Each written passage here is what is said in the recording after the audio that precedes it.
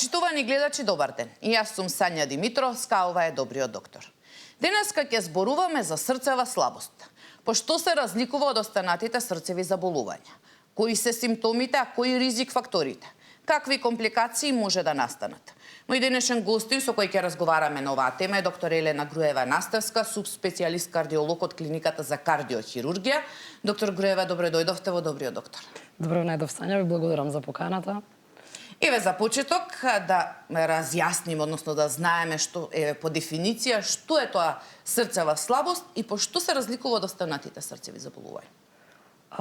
Пред се да кажам, ќе се трудам малце поразговетно да ги објаснувам терминологиите, бејќи самите дефиниции во медицината се комплексни, сложени, ајде како да кажам. И докторски повеќе, да. Докторски, да, за да бидам од информативна корист за граѓаните, значи за народот. Срцевата слабост, едноставно дефинирано, можеме да ја кажем дека представува еден клинички синдром, значи комплексна состојба која што настанува како резултат на другите срцеви заболувања и која што се дефинира како неможност на срцевиот мускул да ги задоволи потребите на другите органи за нивна прокрвареност, односно снабденост со кислород. И кога ќе кажем по што се разликува, еве споменавте, може значи да имаме тахикардија, аритмија и сето тоа да доведе до срцева слабост. Така. Значи од сите оние состојби кои што кардиологијата и кардиоваскуларните болести ги третираат, она што најчесто доведува до срцева слабост представува исхемичната болест на срцето, значи попознато кај народот како запушување на крвните садови на самиот срцев мускул. Тоа е најчеста причина, 2/3 можеби од целата етиологија на срцевата слабост е резултат на исхемичната и на хипертензијата. Хипертензијата е еден од најчестите можеби ризик фактори во кардиологијата, значи болест која што хронично и на долг рок ги оштетува крвните садови, го оштетува срцевиот мускул преку своји специфични механизми, така да сето она што финално повторно води до ослабување на срцевиот мускул и неможност другите органи соодветно да бидат снабдени со крв. Колку, доктор Груева, е честа оваа состојба кај и нас и во која фаза пациентите одат на лекар веќе, кога е можеби подоцна, знаат ли навреме да дојдат да побараат помош? За жал, нашата држава, значи Македонија спаѓа во оние земји кои што се во развој, земји кои што имаат висок процент на напредни заболувања, токму ради оној социјекономски момент. Нашиот здравствен систем е организиран на ниво да може да пружи од примарна, секундарна и терцијарна заштита на сите нивоа, значи да можеме да ги третираме нашите пациенти, меѓутоа за жал здравствената култура е на пониско ниво.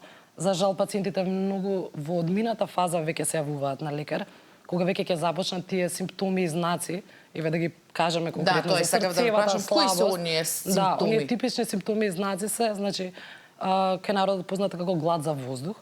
Значи неможност пациентот да на неколку чекори веќе да осеќа замор или вомирување, ортопнејата, значи да ги има симптомите, задршка на течности, отоци на нозете, белодробни кркори, све она кое што ја карактеризира срцевата слабост како тој клинички синдром.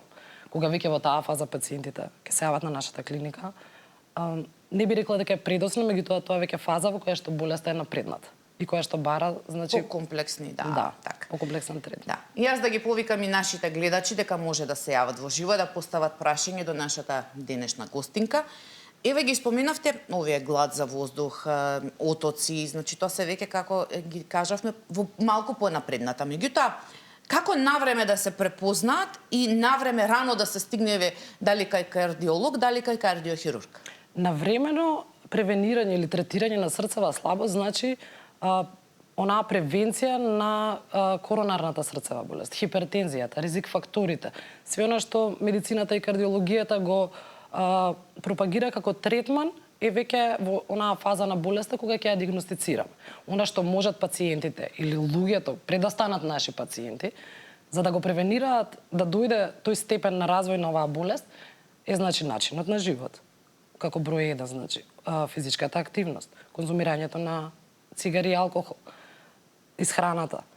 Сето она што пропратните болести за жал се оние кои што не можеме да влијаеме, дијабетесот, обезноста можеме да да влијаеме на низа. Меѓутоа, дијабетот, хроничната бубрежна болест, хиперлипидемијата, особено кај наследната, значи се веќе комплекс на други болести кои што дополнително ја влошуваат оваа состојба и дополнително влијаат како ризик фактори да луѓето развијат и кардиоваскуларни болести и треба кај нив дупло повеќе да бидеме предпазливи во нашите насоки, да ги едуцираме од најмала возраст. Значи од школите, од исхраната во школите, воведувањето значи на физичка активност редовна.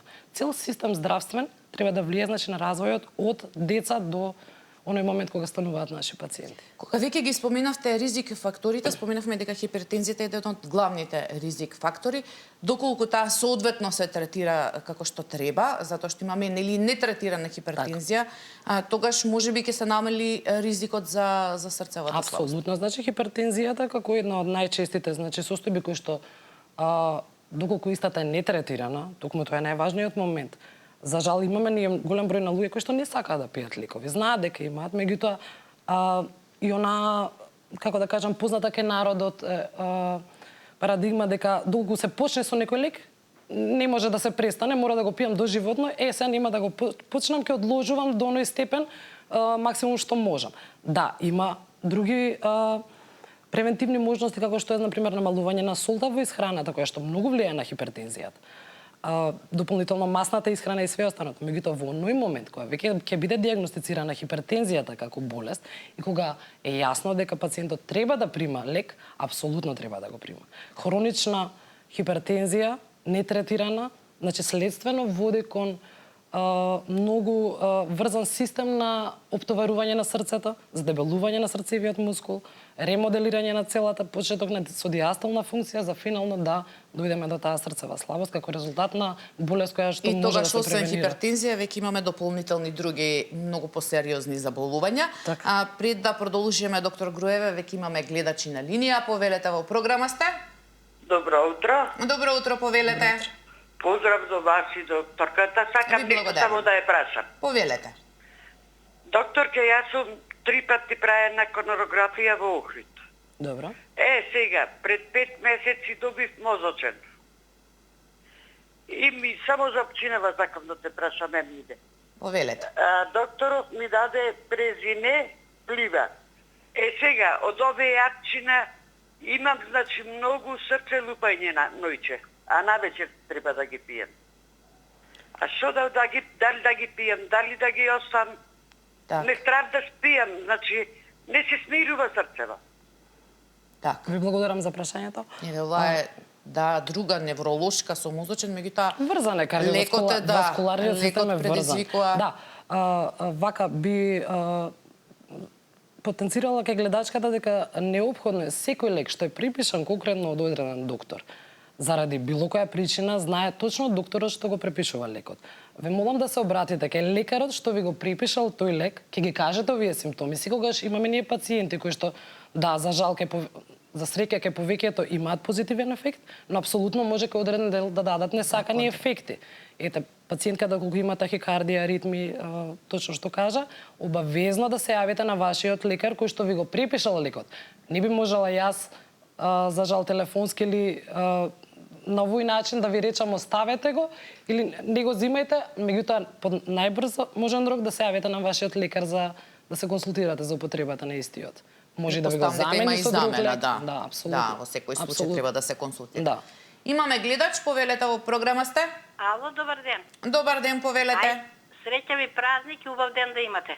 Среќен празник и на вас, повелете. Вака, ме интересира да ако може докторката да ми објасни. Сум била и у Жан Митрев и на клиника на прегледи.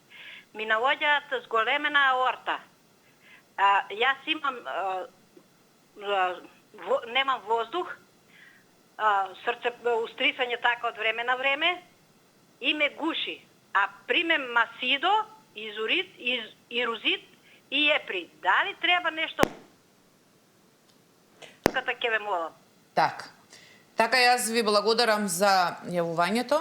Добро, проширувањето на аортата е состојба, значи, или веќе дијагностицирана проширена аорта, зависи во кој дел на тој крвен сат, е најголемиот крвен сат во човечкото тело. Апсолутно треба да се следи тесно, зависи во колкави димензии. Имаме димензии во кои што доколку веќе ги надминува, можеби треба и операција.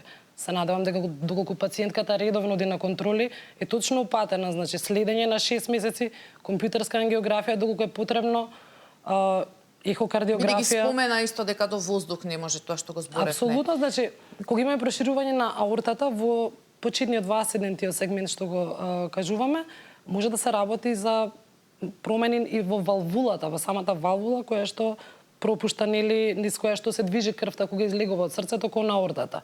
Најчесто пациентите кога имаат замор или нешто, можеби се работи за валвуларна болест пропратно со таа дилатирана аорта.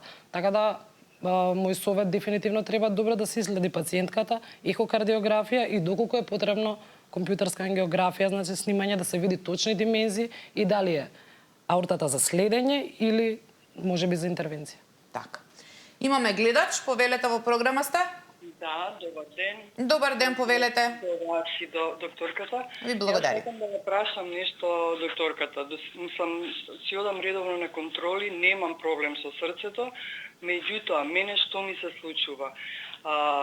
Знае одеднаш во моментот дали се тахикардија, ритми, не знам што е тоа, осеќам некој притисок во градите, не притисок, него одеднаш пулсот почнува да ми работи многу брзо, може и до 100 сум го мерила да ми се качи. Тие како валови ги осеќам во главата и доаѓа често пати и до несвестица. Не знам зашто се работи, пошто имам тироидна, сум ја проверила и редовно си проверувам и сам си водам контрола. На кардиолог сум била, на интернист, меѓутоа сите ми викаат тоа тие со од тироидната. А мене почнува се почесто такви случаи да ми се случуваат. Значи, знаево, додека одам, додека сум во продавница дома, не е битно каде сум, во моментот. И се стално викат, тоа ти се тахикарди или не знам што, ја не можам да дефинирам, пошто доктор треба тоа да ми каже, ја не сум. Така да јас ви благодарам многу за јавањето. Можат ли вакви симптоми да се остават само вака на... Не, апсолутно не треба. Поготово кога се проследени таа тахикардија или срцебиење, да ќе го наричаме, кога не знаеме дали се работи за аритмија или регуларен срцев ритам кој што е забрзан, апсолутно треба да се доиследи. Значи, холтер ритам е првата работа која што пациент мора да ја носи кога има вакви пристапи, ги викаме ние. Значи, од нигде никаде да започне брза срцева работа. Меѓутоа и на свестици што спомена. Тоа е дополнително нешто што веќе е знак дека буквално може да биде животозагрозувачка состојбата при губење свест, да се повреди глава или било што. Така да невролошки преглед, а од кардиолошки аспект апсолутно треба холтер ритам, доколку неистиот сепак тоа е 24 часовна метода. Сега имаме ние услови за 3-дневен холтер, кај некои пациенти и 3-месечен луп рекордер се става, кој што снима, значи, работата на срцето и ритамот, кај пациенти кои што не може со еднодневниот или со тие што најчесто се користат да се фати тој пристап на забрзана срцева работа. Така да мислам дека апсолутно треба комплетно кардиолошко исследување да се направи кај жената. Така, да. И да вклучиме уште еден гледач, повелете во програма сте? Ало? Да, повелете, ве слушаме. Пациент 71 година, оперисан 2009.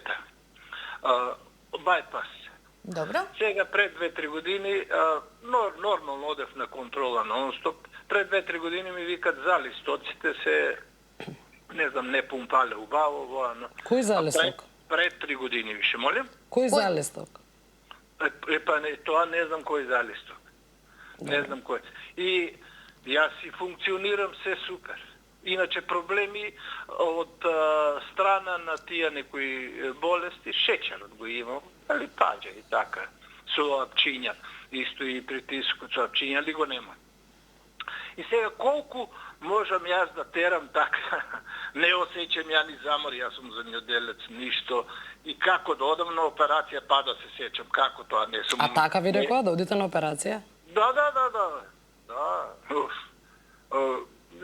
Ја ти препорачувам операција, чичко, благо е, например.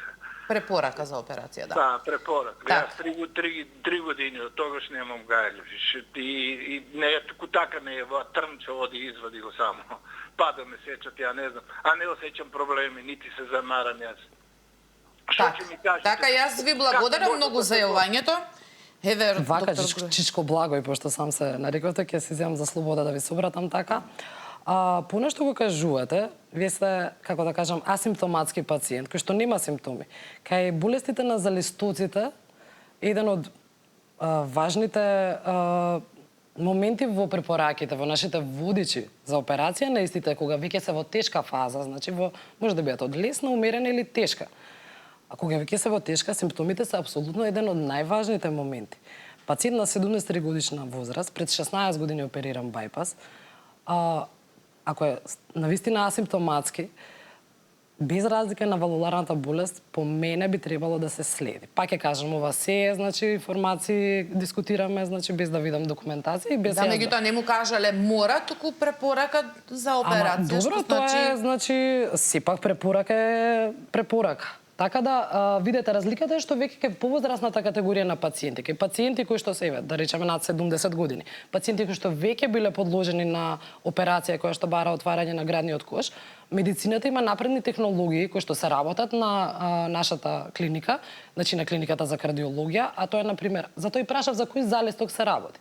Доколку се работи за аортната валвула, имаме метода која што неколку години веќе се работи на клиниката, а тоа е имплантација, значи менување на валвула преку нога, што е многу побезбедно за овие пациенти кои што веќе поминале еднаш голема хируршка интервенција и кои што се со голем ризик да не дај Боже настане несакан настан голем. Така да, зависно, не знам точно како би го одговорила прашањето, важно е за кој залисток се работи, која валвула, важно е, значи, докторот што го води пациентот, тековно да ги следи неговите, затоа што никогаш, знаете, пациентите се субјективни, знаат да речат, ама немам јас симптоми, немам ништо. А ако вие подлабоко малце го распрашате, ако го одиш, например, 500 метри, да, тогаш малце осеќам. Така да, добра анамнеза, познавање на самиот пациент е една од многу важните работи, кога веќе на крај на денот праќаме пациент на операција, сериозна операција. Така. Доктор Груева, кога зборуваме за срцева слабост, какви терапии има за третман кога е во порана фаза, меѓутоа кога е во напредна фаза? Вака, кога веќе имаме пациент кој што е диагностициран со срцева слабост, по нашите, пак ќе кажам, препораки по кои што работиме, водичи, европските здруженија, американските се согласени на таа тема, значи, постојат 4 лекови кои што се стандардни кај овие пациенти. Освен тие 4 лекарства, се она што пропретно пациентот, значи, го има како коморбидитети, болести, други, апсолутно под контрола на сите дополнителни заболувања. Третманот зависи, значи, пак ќе кажем, и од напреднатоста на самата болест, значи, во која фаза е веќе таа срцева слабост. Така и ние во кардиологијата ја делиме, значи, имаме онаа класификација, зависно од функционалниот капацитет. Значи, кога имате вие диагноза, имате најчесто срцева слабост, она што е кај пациентите познато е намалена пумпна снага на левата комора, ежекциона фракција. Сигурно сте го чуле тој термин, бидејќи сите некардиолози се, како да кажам, генерално фиксираат за таа бројка. И тоа е само бројка. Бројка не дефинира комплетна слика на болест. Значи, кога имаме намалена пумпна снага, еве да речеме кај намалена функција под 40%, како срцева слабост со намалена ежекциона фракција, пациентот што има 35 ежекциона фракција може да функционира со терапија, со лекарства, да има комплетно болеста под контрола и истата да не му пречи во секојдневното функционирање. Имате пациенти кои што истите тие лекови нема да го имаат истиот ефект. Пациенти кои што со тек на време прогредираат, самата срцева слабост е прогресивна за период од 5 до 10 години, за жал 10% од пациентите веќе ќе преминат во една напредна форма на срцева слабост, каде што буквално на секој 5 чекори осеќаат веќе симптоми, имаат мак. Често се во болница, за жал и хоспитализациите се зголемуваат и апсолутно имаат потреба од напреден третман. Така. Кога веќе зборуваме колку може да биде нели сериозна оваа напредна фаза, колку има важност генетските предиспозиции, дали имате и помлади пациенти, еве да кажеме, кога се најработоспособни, сушност да се соочуваат со ваква диагноза? Да, спомнавме дека најголемиот дел на причината за што финално доведува до срцева слабост се исхемичната кардиомиопатија, нели, и хипертензијата, меѓутоа има еден добар дел од пациенти кои што развиваат срцева слабост за жал како резултат на генетска предиспозиција или како резултат на воспалителен процес на мускулот на срцето. Кај младите, кога збориме за млади, збориме за возраст под 40 години во кардиологијата, она што најчесто доведува до срцева слабост се токму тие состојби. Генетската предиспозиција, да, апсолутно ја имаат одреден дел од пациентите, особено оние кои што имаат дилатациона кардиомиопатија, значи хипертрофична, тоа се еден спектар на кардиомиопатии кои што се основата им е генетската предиспозиција, меѓутоа дополнително со тек на времето кај некој е влијај тоа, она што спомнав, значи вирусната или бактериската инфекција која што може да направи миокардит познато. Еве и во кај народот. За жал имаме доста од ковидот навака, имаше доста пациенти кои што финално завршија со ослабено срце како резултат на токму вирусна инфекција. Во оваа категорија би ги сместила и пациентите кои што примаат хемотерапија, значи имаме кардиотоксични лекови кои што тој миокардит, таа ослабена функција на срцето или процес кој што ќе настане е резултат на токсичноста на тие лекови, кои што ради една причина мора да ги примаат, меѓутоа тие од друга причина прават. Тие ги следиме потесно, значи кардионкологијата е дел што се повеќе се развива. Пациентките со рак на дојка, значи се подложни токму на такви лекарства, така да за среќа тесно се следат и во секоја почетна фаза би било добро да биде откриено и доколку е потребно да се започне со кардиолошка терапија. Така. При да продолжиме, да вклучиме гледачи, повелете во програма сте. Добар ден. Добар ден, повелете. Поздрав до докторката и до вас. Ви благодарим. Да прашам, мојот сопруг пред 2 години имаше 3 срцеви удари со 2 стенда куртули во државна болница нели Мајка Тереза. Притисокот е добар, 105 со 60-70 тука, лекарства си пие. Вие 2 години добро се осеќаше, во последно време многу се задишува. Па не плаши тоа што може да биде. Кога бил последен пат на контрола вашиот сопруг? Па сега брзо бевме на контрола во нашиот град. Добро. Во Скопје не можеме да дојдеме до термин, нели? И што му кажа? Па дека е срцето ослабено, да многу од ударите, лекарствата да ги пие, ништо конкретно вака не ни објаснија, ама вие месец, дена, два, некако не, многу се задишува. Крвната слика е добра, дилатерална лева комора со присутна антеросептелна пикензија. Пишува на тоа. Јасно, јасно. Така. Добро. Еве ова што го зборевте. Да, типичен пример на развој, да, на една исхемична болест на срцето, која што ете кај пациентот направила, при самиот инфаркт направила големо оштетување, антеросептална регија, каде што имаме најголемиот зид на левата комора е засегнат. Се до оној момент што она што го збориме, кога пациентите се стабилни со одредена терапија, значи доаѓаат редовно на амбулантски контроли, ги следиме амбулантски, нема потреба од ништо повеќе освен оние стандардни испитувања. Кога веќе ќе дојдат, значи покрај таа терапија, да пациентите се уште имаат симптоми, секако дека апсолутно би се направило корекција, зголемување на дози, се до оној момент кога веќе знаеме дека лековите не може да помогнат.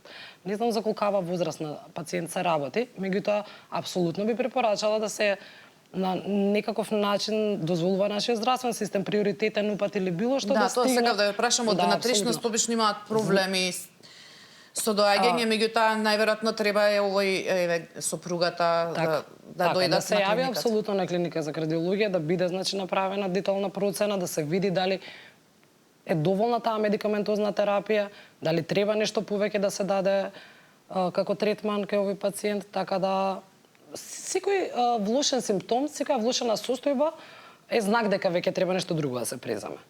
Да, постојат оние моменти каде што под дејство на вирусна инфекција вие автоматски пациент со ослабено срце ќе влоши и кардијалната состојба. Меѓутоа, доколку истото не дојде до подобрување, апсолутно треба некоја корекција на терапијата. Така да нека дојде пациентот во терцијарна установа да биде доследен и третиран како што треба. Ја се надевам дека нашата гледачка го слушна одговорот. Имаме гледач, повелете во програма сте?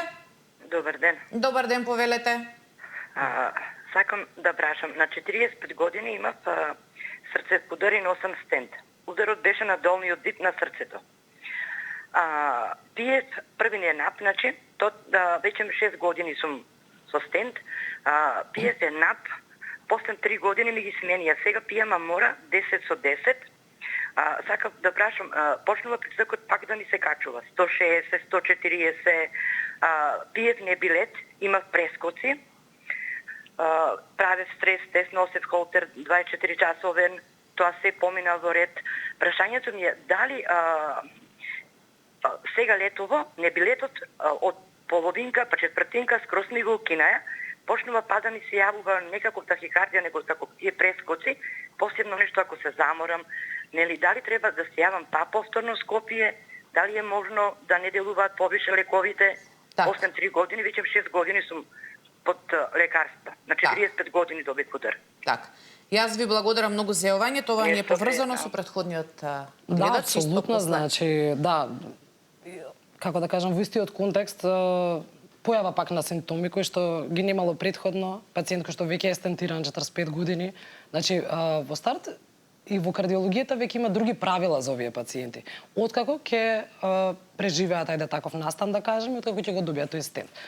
Например, нивото на вредности на холестеролот, значи на ЛДЛ поточно, не е за пациенти кои што немале коронарна болест, кои што немаат стент, за разлика од пациенти кои што веќе имале таков настан. Значи, сосема други вредности се оние лабораториски под 3 да биде, кај нив е под 1,4.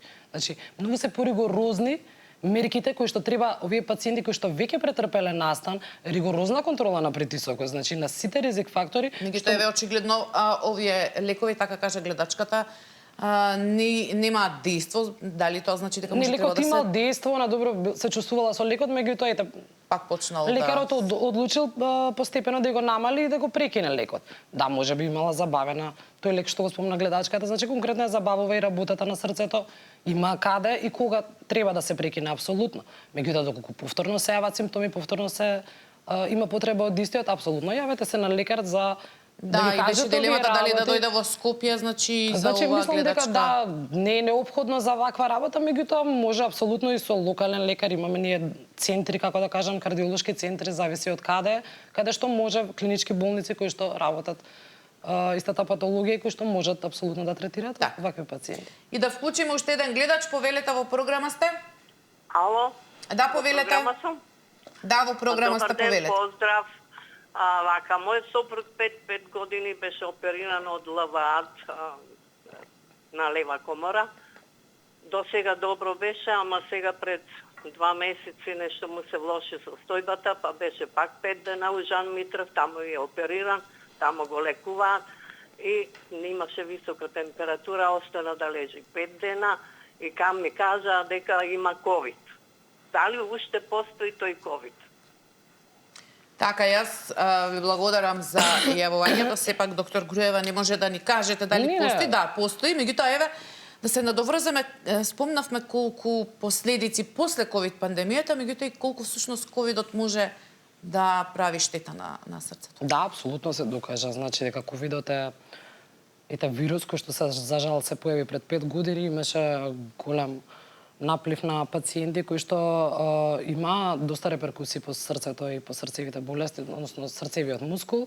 Она што најчесто го гледавме се тие, значи, кој што кажав, миокардити и перикардити, значи перикардната болест, значи марамицата на срцето, која што го штити срцето и срцевиот мускул, беше, мислам дека најголема последица остана токму таа ковид инфекција да хроничен перикардит пациентите денес Ма и денеска има повторно ковид, да. Конкретно пациентката што се јави, интересно прашање затоа што спомна дека супругот е пациент со ЛВАД. Тоа е уред кој што се става кај пациенти со напредна срцева слабост, кажа дека веќе 5 години го има, тоа е механичка пумпа, значи, која што ја заминува работата на конкретно левата комора, кога збориме, нели таа која што испумпува крвта од срцето. Апсолутно кај овие пациенти сите зголемени, значи, ризици ги имаат кога веќе ќе настане воспалително, дали било ковид, дали било вирусна инфекција. Имаме ние пациенти кои што ги третираме. Оваа метода се работи кај нас. Тоа се пациенти една, како да кажам, фрагилна категорија, која што веќе биле во многу одмината фаза, со најнапредна срцева слабост и кои што го добиваат овој уред буквално да им го спаси и пролонгира животот. Тоа и ми беше, еве, како следно прашање, значи, кога веќе не можете терапевски, нели конзервативно да се третира срцевата слабост, кога е неопходна таа хируршка интервенција и кои се методи постојат? Значи, пациентите кои што, како што кажав и претходно, после извесен период од започнувањето на срцевата слабост, ќе развијат, ќе пregedат прогресивно во онаа напредна срцева слабост, се оние пациенти кои што и покрај максималниот медикаментозен третман, сите лекови што ги пијат со максимални дози зголемени колку што може да толерира пациентот, немаат подобрување и се уште ги имаат симптомите и знаците на срцева слабост. Дали се работи за изразено редуцирана функција на левата комора, кога е под 30%, дали се работи за може и од друга етиологија да биде, значи десно срцева слабост. Пациенти кои што се иноперабилни и да имаат валвуларна болест, меѓутоа ради некоја причина да не може да се направи операција, пациенти со малигни аритми кои што се животозагрожувачки не може да бидат решени, сите тие спаѓаат во категоријата на напредна срцева слабост и бараат напреден третман. Кога зборуваме за напреден третман, она што медицината денеска го нуди кај нас и во светот, тоа се срцевите уроди, односно механичката циркулаторна поддршка и трансплантацијата на срце. Имаат опција овие пациенти, апсолутно, затоа што веќе во оваа фаза на болеста немаат голем рок на преживување. Кога веќе ќе дојдат во оваа фаза, тоа би значило, знаете како, во кардиологијата нема рак, меѓутоа срцевата напредната срцева слабост или терминалната срцева слабост е еден вид на рак во кардиологијата. Затоа што пациентите буквално се истрошени, целиот организам од таа нефункционалност на срцевиот мускул настанува медицински хипоперфузија, намалена прокрвареност во сите органи. Прво страдаат бубрезите, мозокот, црниот дроб и све останато, каде што пациентот буквално не функционира ни со третина од капацитетот кој што го има.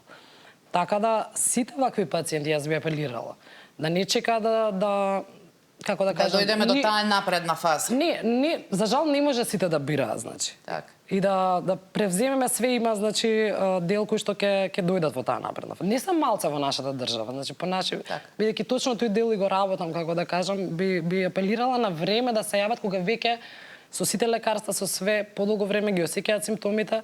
Имаме амбуланта за срцева слабост, значи, на клиниката, така да овие пациенти навремено да се јават за да добијат третман што го заслужуваат. Така. Да. Јас знам дека може уште многу да зборуваме, меѓутоа времето на денешната емисија ни помина. Доктор Груева, јас ви благодарам што бевте моја денешна гостинка, што зборувавме за што значи срцевата слабост и како навреме да се побара лекарска помош. Ви благодарам и вас за поканата. Почитувани гледачи, овде е крајот на денешното издание на Добриот доктор. Се гледаме повторно утре во истото време. Имајте убав ден, чувајте го вашето здравје и гледајте Сител. Довидување.